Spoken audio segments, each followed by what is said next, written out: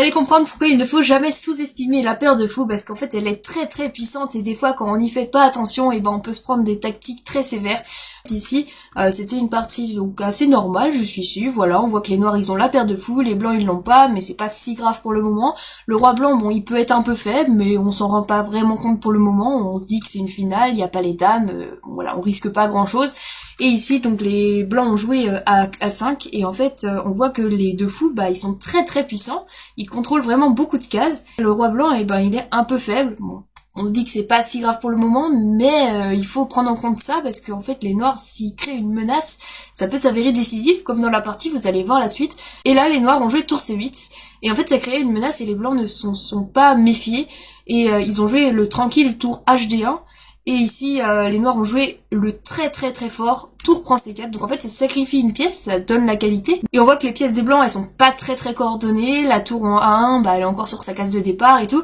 et les deux pièces en fait ici elles sont très très puissantes, et on peut même dire que les deux fous valent une tour, en tout cas dans la position qu'on a ici. Et ici, après, tour prend C4, du coup, roi prend, et les noirs ont joué le très très fort tour C8, donc roi B3 obligé, tour prend C3, donc très violent, hein, vous allez voir, c'est voilà, une tactique, on dirait pas que c'est aussi fort comme ça, mais en fait, c'est vraiment décisif. Et ici, après, donc roi A2 des blancs, parce qu'ils ont deux coups, hein, soit roi 2, soit roi B2, et après roi A2, les noirs ont juste fait tour C2, et après, par exemple, roi A3, évidemment, les noirs ont la perpète s'ils veulent, mais ils vont jamais prendre la perpète dans cette position, et ici,